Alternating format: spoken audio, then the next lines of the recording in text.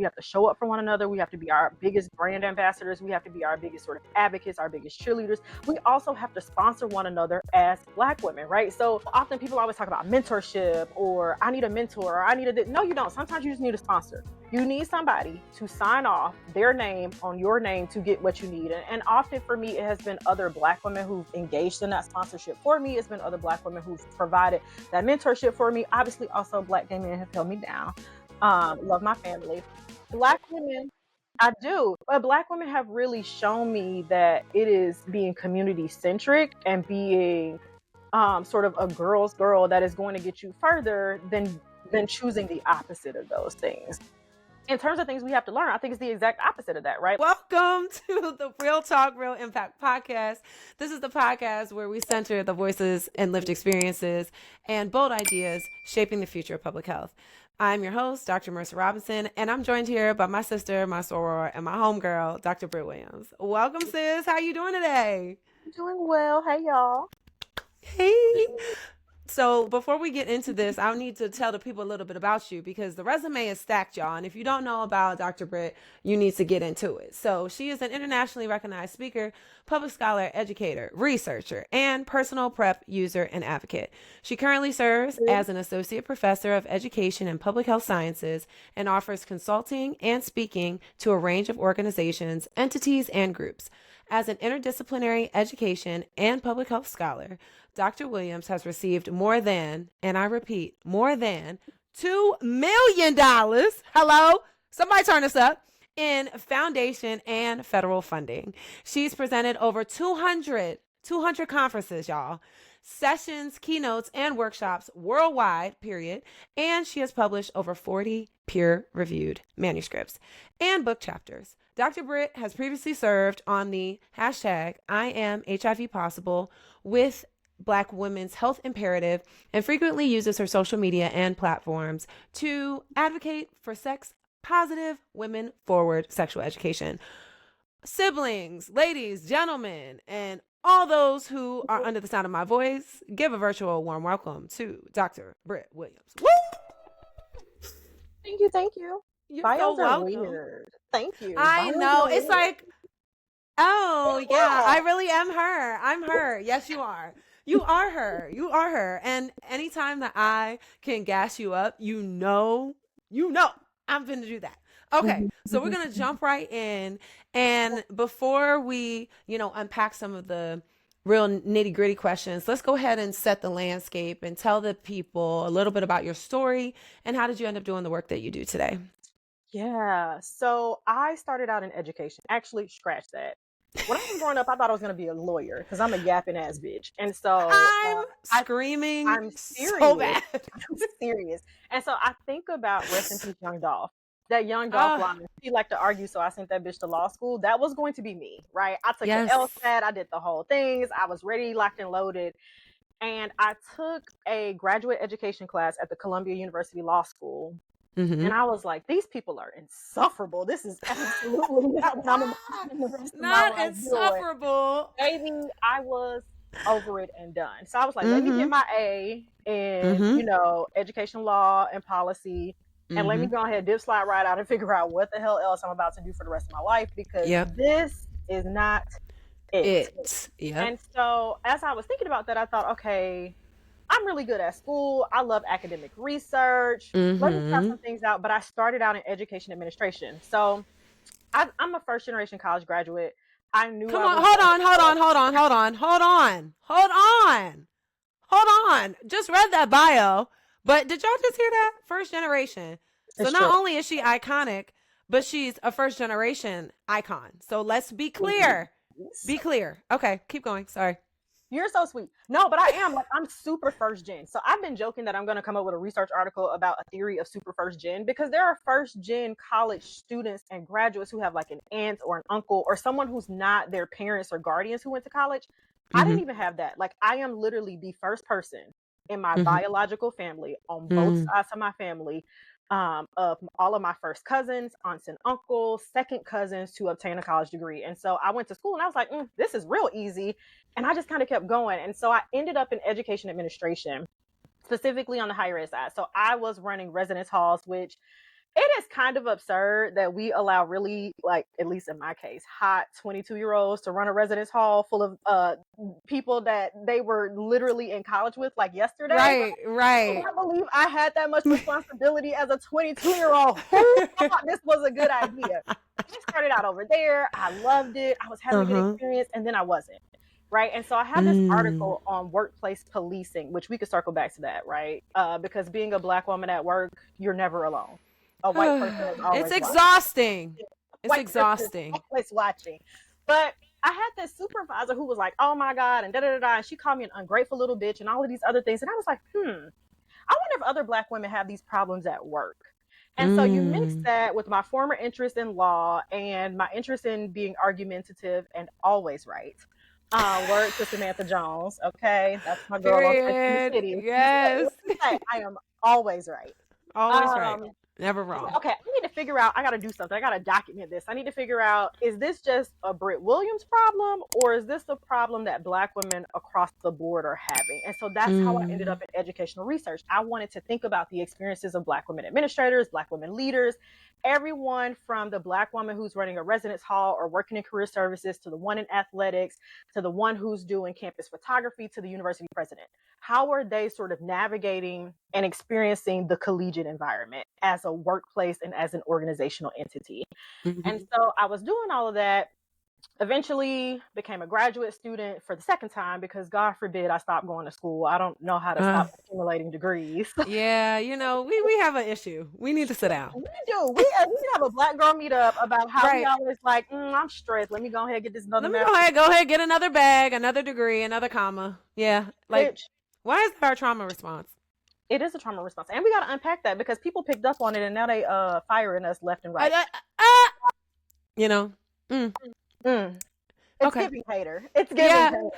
Yeah, The yardstick You moves said it. every time. The yardstick's moving every time a Black woman accomplishes something. But Every you know what? time. It's hard to be a standard bearer. What can I say? And Yeah. so, And we move. Thanks. onward. Onward. And so eventually I had fallen in love with a guy, two actually back to back.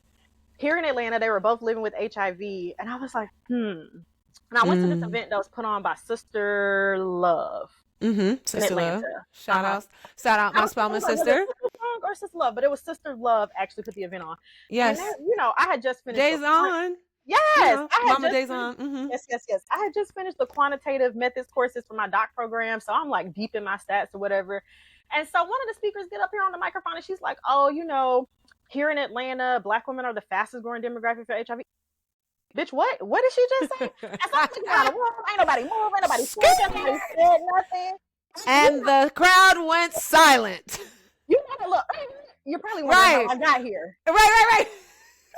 Bitch, that was me, because I was like, oh shit, and I'm already dating these two men who are living and thriving with HIV. Hold on, I gotta do something about this. And that's how I ended up on PrEP as like a personal PrEP user. And so I am now a decade into being on PrEP, and it is honestly incredible like how far PrEP and public health has come. And so eventually, and all, here we go, overachieving Black woman, I decided to layer public health onto my education background. It was like a real natural development, right? The HIV stuff started more personally, but when I think about my work on like Black women and wellness or Black women's well-being, all of that is driven from thinking about and listening to them talk about their workplace experiences, most of which is tantamount to physiological violence. It's violence. It's weathering, right? Researchers talk about how Black women and Black people physiologically are weathering away because of stress, because of racism, because of all of these other things. And so I ended up just deciding to merge all of this because I'm a liberal arts kid. I went to a small liberal arts college. Long live Hampton College, rest in peace. But it's the place that taught me that I can do anything and I don't have to choose a box. And so I was like, fuck it, I'm gonna add all of this to my research agenda. I'm gonna walk around the country or fly around the country and the globe talking about all of these things that interest me, and I'm gonna do whatever I want. And no one can make me do only one thing. So that's how I ended up with this assortment of things that are driven partly by personal experience, partly by things I'm seeing in my communities and the communities that I care about, and then partly by what do we as Black women need and what is my responsibility to answer that call. Wow. All right. Well, that's all we have for you today. Thank you so much. There's really nothing else to discuss. I mean, good God. There's so much to unpack there. And for me, I think there's so much synergy in what you said, and there's so much conviction, and there's so much like, oh yes, and oh my god, I get that, and oh yes. So hopefully to some of our listeners, you've resonated and struck some heartstrings for some of the things that you shared. And I want to take a little bit of deeper dive into your HIV prevention work, because that is a lot of how our paths Yep. have intertwined and crossed and become soul sisters. Yeah. And I think for those who are new to academia, new to even just learning about podcasts or learning about leaders, or somebody who is trying to be a first generation student, or even a first generation anything, or let's take it a step back, a first of anything. It is a lot of weight, it's a lot of expectations, it's a lot of things that you have to navigate. So I want to just for a second pause and talk about the work that you do around HIV prevention. Yeah. And specifically, when we're talking about Black women, Mm-hmm. I think still we're having conversations of Black women don't see themselves in the media, don't see themselves as at quote unquote risk, Yep. or they don't have reasons to think that they could ever acquire HIV. So let's dive a little deeper into that.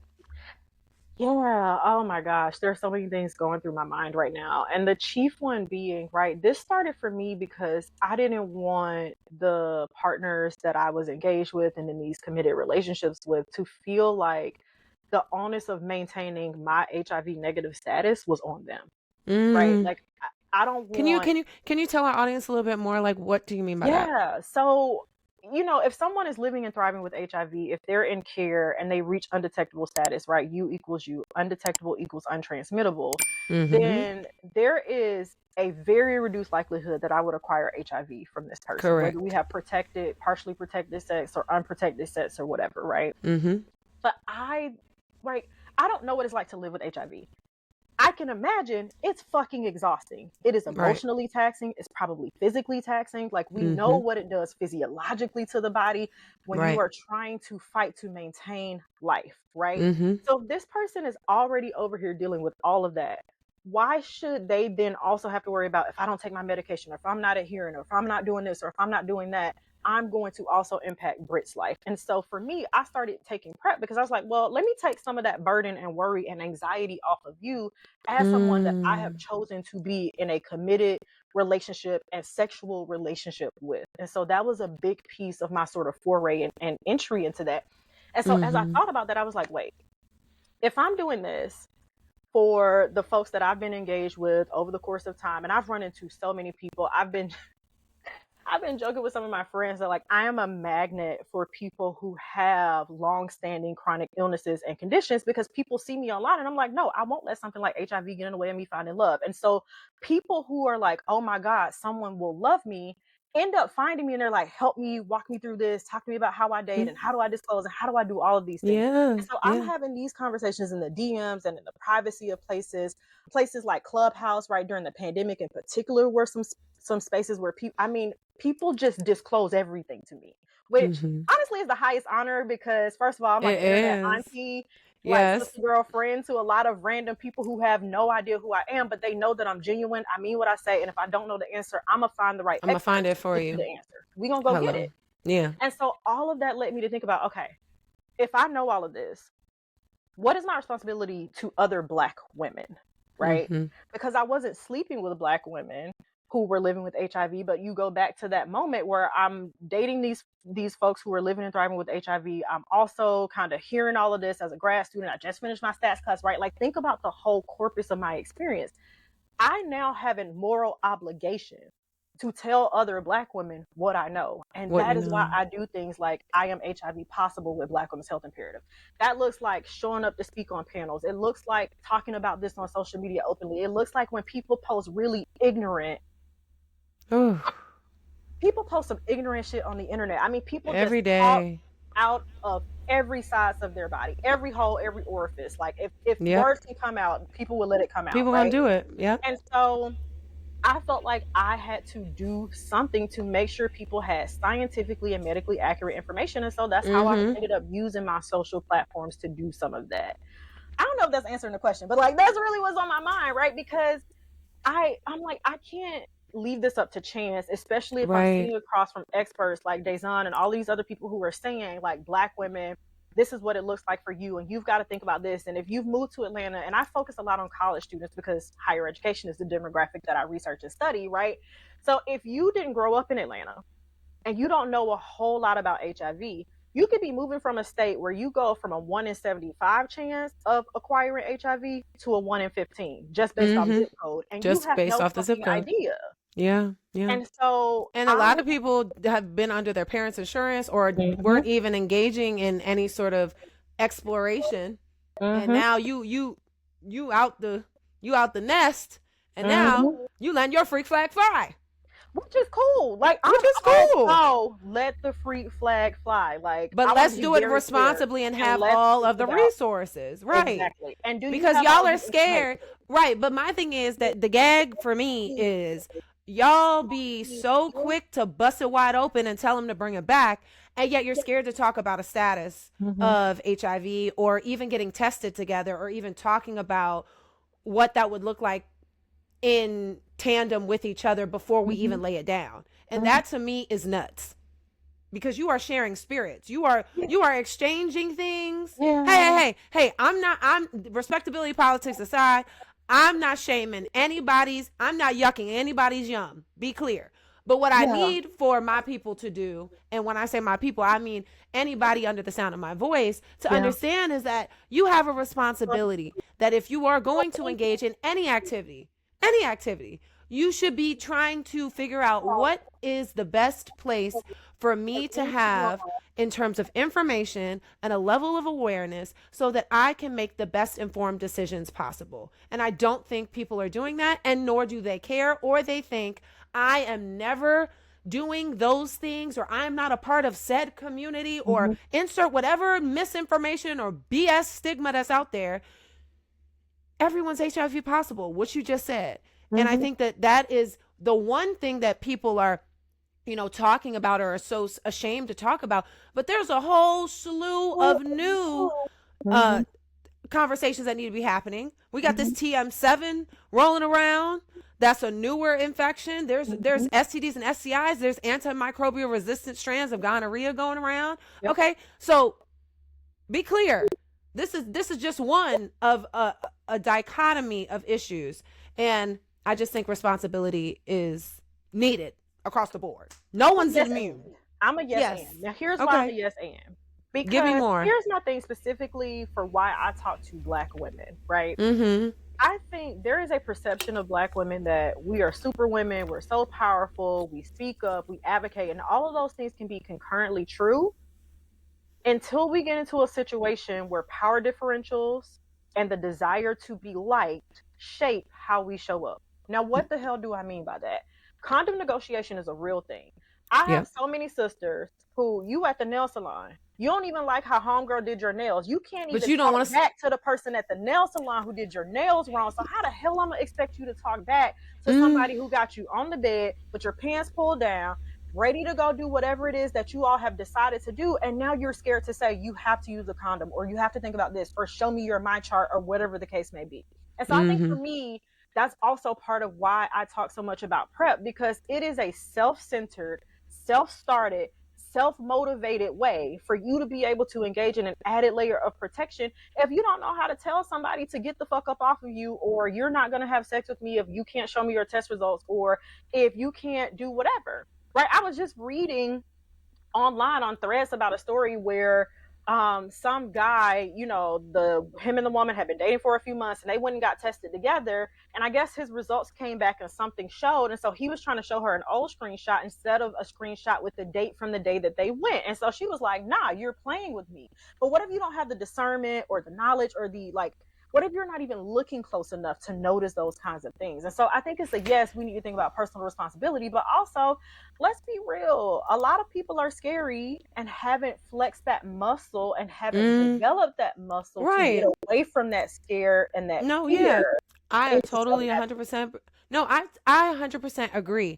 And that is why I think our platforms are so important and so needed and are so niche, because people are really not talking about these conversations and don't know how to approach it, or Mhm. don't feel comfortable even learning about it, or feel ashamed for even asking questions or being curious or wanting to dive deeper, or are scared of what the response will be, or the shame, or just all of the things. So all of that is very much a real circumstance of the work that we do. And I think God put us on this earth to not only spread the knowledge and awareness that we have, and to not gatekeep, right? To share it and to each one teach one, but also of that it's not going to be a one size fits all. There are going to be Yeah. instances where there's nuance. There's going to be instances where we have to talk about some other social determinants of health that are Mhm. not being talked about either.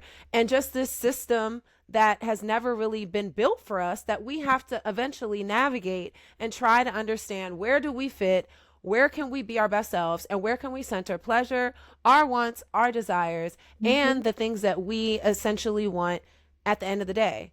If I just want to get a nut, I just want to get a nut, and that's it. Mhm. Maybe you want to be in a committed relationship. Maybe you want to be for everybody. I don't know. Maybe you don't want to be with anybody, but you like to look. I don't, whatever your thing is, that's cool. But let's also figure out, how can you be best educated to move forward. Mhm. Mhm. And this moves me to my second question of how you have essentially built an entire career at the intersection of not only scholarship, but also advocacy, community engagement, and badassness, whatever you want to call it. So, what have Black women taught you?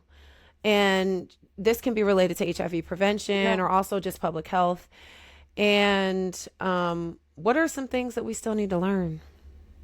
I mean, in terms of what haven't Black women taught me, right? I think would be the easiest way to answer that question. I feel Yeah. like everything that I'm learning, it is, because of Black women, it's inspired by Black women.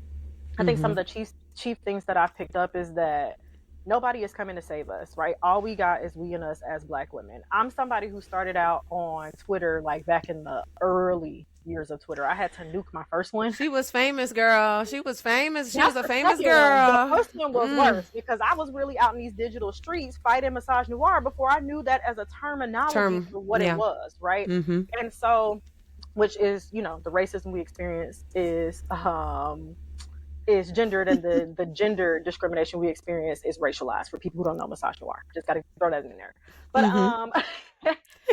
I was like deep in these internet streets and kind of fighting for my life. And so some of the chief things that I think about I learned from Black women is that we have to congregate around one another. We have to show up for one another. We have to be our biggest Mm. brand ambassadors. We have to be our biggest sort of advocates, our biggest cheerleaders. We also have to sponsor one another as Black women, right? So often people always talk about mentorship, or I need a mentor, or I need a, no, you don't. Sometimes you just need a sponsor. You need somebody to sign off their name on your name to get what you need. And often for me, it has been other Black women who've engaged in that sponsorship for me. It's been other Black women who've provided that mentorship for me. Obviously, also Black gay men have held me down.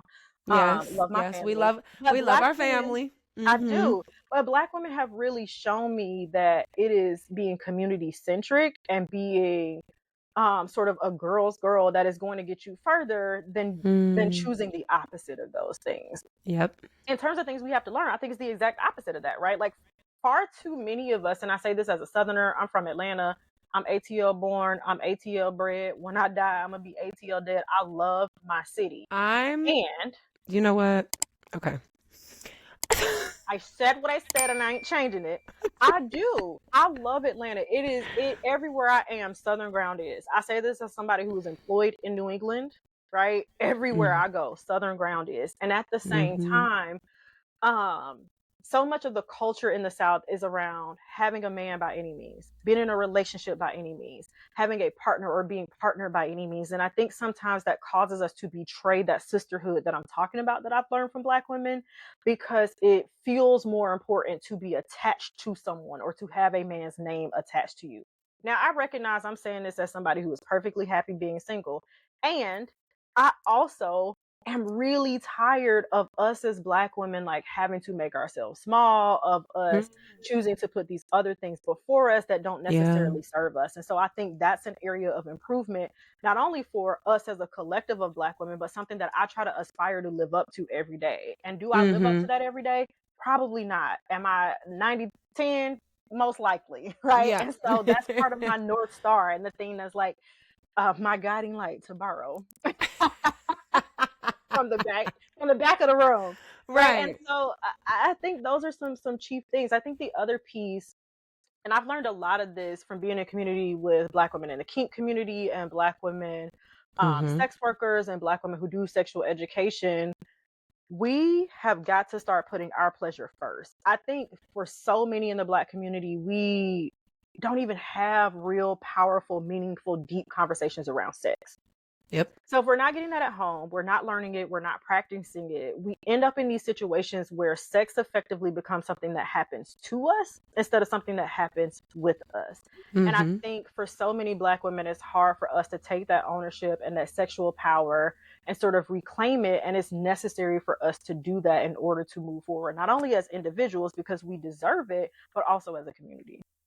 Yeah. And the point I want to drive home just a little bit further for that is we have been Jezebeled, we have been poked, prodded, we have been the subject of so many different public health crises Mm-hmm. and mistakes, and there's so much distrust, mistrust, Yep. and all the things. And I feel like our generation is kind of in a space of deja vu of like Mm. we've seen some of these advancements that our parents' generations and our grandparents' generations never had the opportunity to see of first, or just the percentages of Black women or Black men or just the Black community going up in the right direction. But then you've seen some things just be taken from us, Mm-hmm. or we're having to pivot, or we're having to not lean on our academic Yeah. backgrounds or our education or what have you, or our identities to make sure that we can take a stand and we can show up in these spaces. Mm. It also feels a little bit surreal sometimes because it's Yeah. like, is anybody hearing the messages that we're saying? Because Yeah. we're doing the work, we're trying to close the gap, but behavior change is one of the Mm. hardest things to Well, achieve. Hello. And then when you also complicate that with the current environment and all the things that we're dealing with here in the US and globally, it is really hard. And public health right now is taking a huge hit. mhm. Think folks who are doing public service are feeling it. Folks in academia are feeling it. I think everybody's feeling it, especially Yeah. at the gas tank and at the Yeah. grocery store. But that's a story Maybe. for another day. So with that, I I just wanted to note that it's okay not to be okay right now. Yeah. We are all trying to collectively move ahead and move forward. And I love the thought of Sankofa of we can't move forward without acknowledging our past. And so I think you've done a beautiful job at acknowledging the places and spaces that you've been and where you want to continue to go Yeah. moving forward. And I'm just so very proud of you for all that you've been able to accomplish. And I haven't even known you for very long. It's only been a couple of years. I think we met in 2022 Yeah. and it's 2026, but it feels like I've known you my entire life. And I think when you're meant to meet somebody, you're meant to meet somebody. And when a girl gets it and you just get it and you don't have to explain it, that's something special. And Yeah. I felt that as soon as we linked up, I was like, oh, she gets it. Oh yeah. Oh, you on prep? Oh, you talking the talk and walking the walk. Oh girl, we gonna be friends. And from that day on, I think we were at the Biomedical HIV Prevention Conference in Vegas in 2022. And it was like right after they had like opened this pearly gates of freedom to releasing some of the travel restrictions and whatnot. And I think it was in April of 2022. And so to fast forward to June of 2026 and Yeah. to see all the work that we have continued to do together and will continue to do together is really iconic. So let's Love. keep going. Yes, of course. So let's keep moving and talk about some of our listeners. So Mhm. some of our listeners, this is our first season. So shout out to Real Health Impact LLC and Real Talk Impact, a Real Impact podcast. Many of our listeners are navigating workplace challenges, Mhm. are dealing with burnout, difficult colleagues, feeling undervalued, budget cuts, staffing cuts, trying to figure out, is this really what I want to do for the rest of my life? I hate what I do for a living. Can I go into something else? I'm a second away from creating an OnlyFans. You know, like the people are really trying to figure things out. Okay. Yeah. So can you share some workplace lessons that you've learned throughout the years in your career? And what do you wish someone had maybe taught you earlier on in your career? Oh, I think the biggest thing I wish someone had taught me earlier in my career is that working harder will not help me to become more noticed. It will just Oh, end up with more work get more on work. my plate. More The work. Did you hear that, reward, y'all? More work. Here the you go. reward for being competent is more work. It's More not more work. recognition. It is No. not necessarily Oh. promotions. It is Oh not no. necessarily pay raises, right? Oh. I think about for me at one point at my university, I think I had published like 7 research articles in one year, which the rolling average is Ma- 2 a year, and they counted ma'am. on a 2-year rolling average. So you need Ma'am. 4 every 2 years, right? Ma'am. So it could be 1 and 3 or 0 and 4, whatever. So here Mm-hmm. I am with 7 in a year, and I rolled up here. And I Extra.com. remember I asked my leadership for a raise, and they were like, "You're doing exactly what you're supposed to be doing." Well, am I? Because I've outperformed everybody else in this motherfucker, and I know that because I look at their CVs every year. I look at it every year. Really? Because there You are people gathered who haven't them. published. There are people who haven't published since the day that you hired me. Are you sure that this is exactly what I'm supposed to be doing? And so I wish that Is that a earlier in our read? careers, I said what I said, and I'm not changing it. There are people, right? I work at a Mm-hmm. Research One university who don't live up to Research One standards. So for me as a Black woman, I don't Mediocrity. get Mm-hmm. leeway and flexibility and the ability to not live up to what the mission and vision and values of an institution that I'm a part of is, right? And I Mm-hmm. wish Mm-hmm. that in the same way that we've all learned this lesson, word to Olivia Pope, word to Kerry Washington, word to Scandal, word to her daddy, that we have to be twice as good to get half as much as what other people got. In addition to learning Hello. that lesson, we should have also learned what it was going to cost us physiologically, what it was going to Huh? cost us mentally, what it was going to cost Mm-hmm. us socially, and what it was going to Mm-hmm. cost us when we are surrounded by people who make the same amount of money as us or more than us, who do half as quality Half. work as we do. Because it's not just being twice as good, it's also them being twice less me. Yeah. Mediocrity. I needed that lesson earlier, right? And so I think right now I'm on a very real recentering myself kick. I'm on sabbatical for this next academic year. Praise God. Amen. Praise Um, him. but I don't get my full salary while I'm on sabbatical. And so what does that mean? It means that I've got to hustle and I've got to do this. And I don't have generational wealth, first gen college student, right? So I have all of these other things that I have to think about and do and whatever as part of this process. But the root of sabbatical is rest. But you don't get to rest in the academy because they are going to take every ounce of anything from you. And I wish that elder Black women had really sat me down, or just elders in general had set me down and really let me know that loyalty to a job does not guarantee loyalty back to me, because these Yeah. institutions will fire us Do not care. and get rid of us as soon as it is politically, socially, or financially convenient for them. And we feel all of this ownership because we care about the work, or in my case, I care about my students and I want to Mm-hmm. be the professor that I never had, or whatever the case may be. And I say this Right, saying, right. I had dope professors. So, I mean, I had a really good educational experience again. And two things can be true. And so I wish that was something that I had learned. And then what was the first half of the question? Because you sent me down a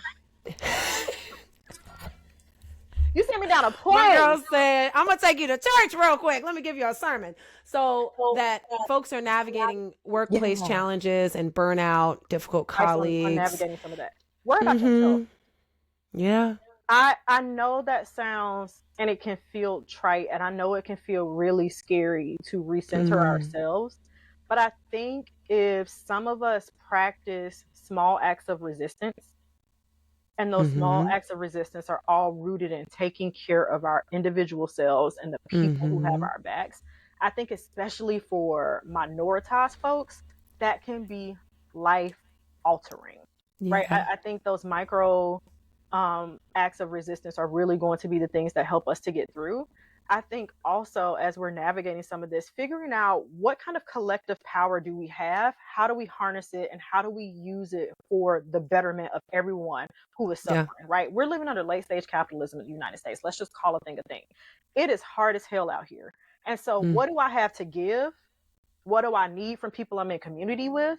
And how do I make sure I am giving as much as I'm taking when I have the capacity to? And when I don't mm-hmm. have that capacity, how do I take what I need and then think about how to be a responsible steward of the things that people have given to me? I think is a really good opportunity for a lot of us. And so for me, that's looked like, how am I donating to food banks? I recently lost almost 100 pounds. And so how did I decide to find working Shout class out. Come people? on. Thank you. Mm, How do I find working class people who need business professional clothes or whatever the case may be? And how am I taking it mm-hmm. to places where those people are? And not just, oh, I need to make a profit off of this or sell it or whatever, but literally Yeah. like finding a young woman who's about to have her first job, who's the size that I was, and saying, here, this will Mm-hmm. help you, right? Like, what are Yeah. those like tiny, tangible ways that I can improve my neighbor's life? I Mm-hmm. think those are some things I'm thinking about because it's hard out here. It is. And it's almost sometimes uncomfortable to unlearn some of the things that you've done your whole career or your whole life or whatever you've been exposed to. Mhm. And sometimes we model those things, sometimes we see those things. And social media is a highlight reel. And I have to Mhm. remind my mentees that social media is literally brain altering. And it is making things seem like you have overnight success. It is Yep. making people, What they say, it take 10 years to be an overnight success. I've heard that. mm-hmm, mm-hmm. And and I whew, it has been a year of Mhm. ups and downs Mhm. and all arounds, Mhm. and I'm not alone in that. And I think the biggest takeaway from all of this is trying to figure out how you can become unmovable.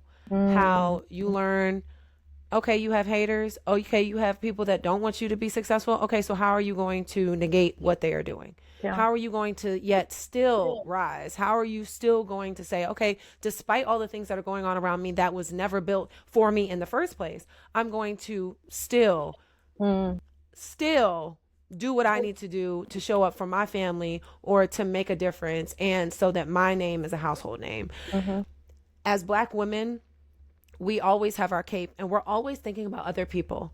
And we are the backbones of so many institutions, so many organizations, and so many of us never get our flowers, never get recognized, never even get a thank you, or never get the sabbaticals, don't get the awards, don't get their names put on buildings and all the things. So I love the work that we are continuing to do, which is bringing and shedding light to not only HIV, to HIV prevention, to Mhm. PrEP, to infectious disease work, to academia, to public health, but it's to all the things in between that as well. Yeah. And at the end of the day, we room for everybody Black, and I do that unapologetically, and I don't Mhm. feel bad about it.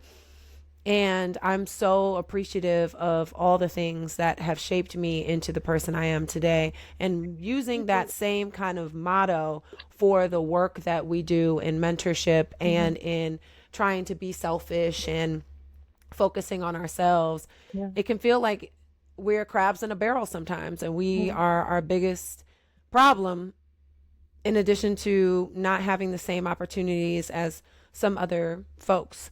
But Yeah. we not gonna worry about what other people got going on because we got to worry about what's in front of us. Yeah. And while we get ready to close here, I wanted to just do a quick, shameless plug, side note about All We Got Is We and Us. And I All we would got. love to just let our listeners and our audience know a little bit about the project, about what you and I have been working on for 2 years, Mm-hmm. and what it looks like when we stay the course. We do it unfunded. We do it because we care. We do it Mm-hmm. because we're 10 toes down for the communities we serve. And we're not doing it for the notoriety and for the names and the recognition. We're doing it because we matter, and we're doing it because we want to hold space. So I Mm-hmm. would love to turn it over to you to share a little bit more about All We Got Is We and Us. Sorry, I have a fruit fly because it's I'm summertime. screaming because when you were doing this, I was like, I don't know if she's yesing because you're just excited to talk about All We Got Is I We and Us, or or if there's a bug. I eat a lot of fruit in the summer. And Okay, that's got to keep fine. the temple Kind of, templated. hey, Okay, yeah. I've been drinking watermelon. Watermelon. Uh, Uh huh. Get I'm out sorry, of my I'm head. deeply unhinged. No, thank you for that tee up. Thank you for that tee up. So, all we got is we and us. Black American Women in the Fight for Prep is the name of the edited book that we are putting together for all of you who are listening. And I don't even remember when I brought this to you, but I was like, I have an idea and we should do this. And you were so gung ho, and I was like, does she know she's about to walk the plank with me? I don't think Yeah. she. I don't think she know what she just signed up for because Right. you Goofy really, one and Goofy two. Like, baby. okay, sure. Mm, Mm. I wanted to make Yeah. a Bernie Sanders joke, but I'm gonna hold it in. Yeah, And hold so it. this is labor, this is work. But the project is really thinking about how do we amass sort of the first ever volume on Black women, by Black women, for Black women, and PrEP and HIV prevention, right? Because Black Mm-hmm. women have really been relegated to the margins of the biomedical HIV prevention landscape for far Mm-hmm. too long, right? For me to be a cisgender woman who largely sleeps with men who's been on PrEP for 10 years is basically unheard of. Like, I Yeah. don't know anyone else who's been on PrEP as long as me who is a cis woman. Like, if you exist, please reveal yourself. I would love to know who you are when you start a little group chat or something. Yeah. Because people are always like, oh my God, you take this medication. My teeth are here. My coochie still work. The titties is like the body is body. Everything is fine. All of my vitals Mm-hmm. look good. And I go every couple of months to make sure. So everybody please relax. Yeah. And I thought it was important for us to write about this because we have these conversations. People are like, oh, Black women, we need to reach Black women. But I'm like, but Black women are doing this work. So who are the Black women already doing the work? How do we amplify it? How do Mm-hmm. we sort of chronicle and write into the canon, especially right now in this age of misinformation, of disinformation, of deleting rigorous Mm-hmm. scientific information? How do I Mm-hmm. really sort of storify and chronicle what Black women have been doing to help other Black women? And that was like my vision for this project. And you were foolish enough to agree to sign up to be on it with me without Yes. even understanding Blindly. what we were signing up for. And so I've been a part of a lot of edited books. I've written chapters in, I don't know, 9 or 10 edited books, but I have never done one myself as an editor.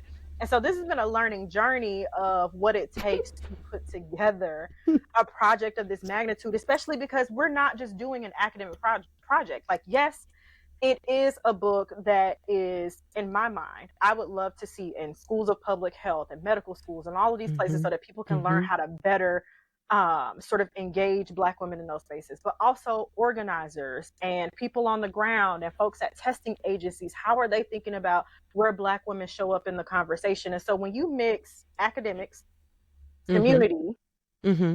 nonprofit sector, Mm-hmm. policy folks, and Mm-hmm. we all have very different socialization styles around what it means to do work Yep. and around deadlines and around commitment and around follow through.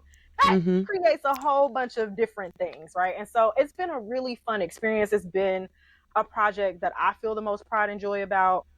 Even the title alone, right? I think there's something to be said about when we as Black women say that all we have is we and us, and that's all we've got. Like, we know what it looks like, right? It's not a Mm-hmm. mistake that over 300,000 Black women have been pushed from the workforce in the last year and a half. It's not a mistake that Black women are being highly targeted. It's not a mistake that all of these things are happening. And part of that is in the power and the possibilities and the transformative potential that Black women have. And so this Yeah. volume is an homage to that. It is a way to sort of render visible some of the work that maybe has gone unseen or unsung. It is also a way to give a roadmap to people in the future who may not know what have been some of the sort of strategies or opportunities or modalities that Black women who are leading in the HIV space have really taken and Yeah. taken up, and how do we sort of replicate that for something good? Amen.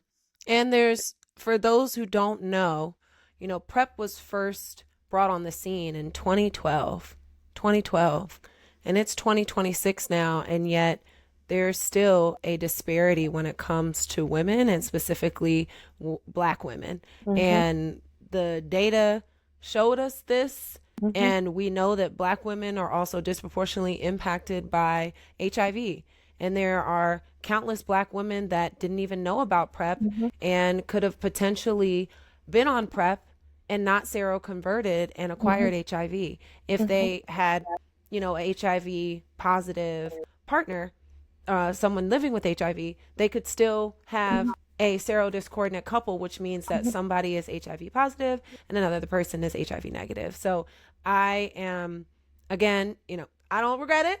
I'm still very thankful that we did it together and we did it It's our just way. hard to do this work with no funding, y'all. We put together a project of ginormous magnitude and intensity, and I think about, my homegirl, shout out to Dr. Leah Rennert, who really jumped in, and I was like, I got $3. God bless. I got $3.02 I can rub together to pay you, who's a professional editor, and just was like, oh my God, this is amazing, and I want to help you get this across the finish line, because it just takes a lot to do this, and we don't have a large corporation behind us. We don't have the federal government behind us. We don't have these large entities that really are sort of the arms and the machines behind a lot of projects that make it out. And I don't know that people know how much work it is to put together something, especially like this. Yeah. And we are in the process of finalizing, and it's been submitted successfully. We are in the conversations with the publisher, and there will be more coming soon. So please stay tuned for that. And if you can do anything with any of this information that you learned in today's episode, is that there are a lot of gems that we dropped today, and you're not in this work alone. But even if you are doing it alone, do it scared, do it imperfect, do it just because you can, because you are a trailblazer in your own right, and you are the only you on this earth. So do the damn thing. You know what I'm saying? Like, don't be, I'm all about doing it, figuring it out, and learning as we climb, building the plane as we're flying, like, because that's what life is all about. Yeah. Clean it up later. Anyway, so as we get ready to close, my question that I ask all my guests is, where does public health show up in your work, even behind the scenes? So if you can think about something that is public health related, but maybe the average person doesn't know, share that. That's such a hard question. I feel like everything that I do is public health related, right? Because I am all about how do we sort of maximize our lives to live the best possible lives that can exist for us without causing ourselves more stress. And so I would say for me, public health shows up in how and where and when I decide to take rest. Because rest is a form of resistance. It is radical. It is especially so as a Black woman who is hyper productive to be able to do. And so I think about everything I know about work, about wellness, about well-being, about stressors, and I choose my vacations, and I choose them intentionally in the same way that I choose where I'm going to go to work. I choose places that can maximize, amplify, or improve my health. I love that. And so, can you tell our audience how they can find you, if they want to connect with you, collaborate, follow, support? Shout out your socials. Absolutely. You can find me on all social platforms under at Dr. Brit Williams. So DRBRIT. That's Brit with 1 T Williams. And I'm available at drbritwilliams.com. So hit me up, email me. If you also have a podcast or a web show and you want some more gems, I'm always available. If you want the dynamic duo, somebody called us. What did they call? Did they call us Thelma and Louise at the last conference? Yeah, the sexy Thelma and Louise. I was like, oh, that's cute. That's cute. I like that. So if you need Thelma and Louise, we are here. We are available, honey. Available. trying to be booked and busy. But I'm Yes. available on all social platforms, but especially on Instagram and LinkedIn. Thank you. And you were a rock star. So thank you for being a part of a conversation on Real Talk, Real Impact. So for folks listening in, keep showing up, keep asking questions, and keep pushing for better. And until next time, we'll catch you later. Have a good one. Bye.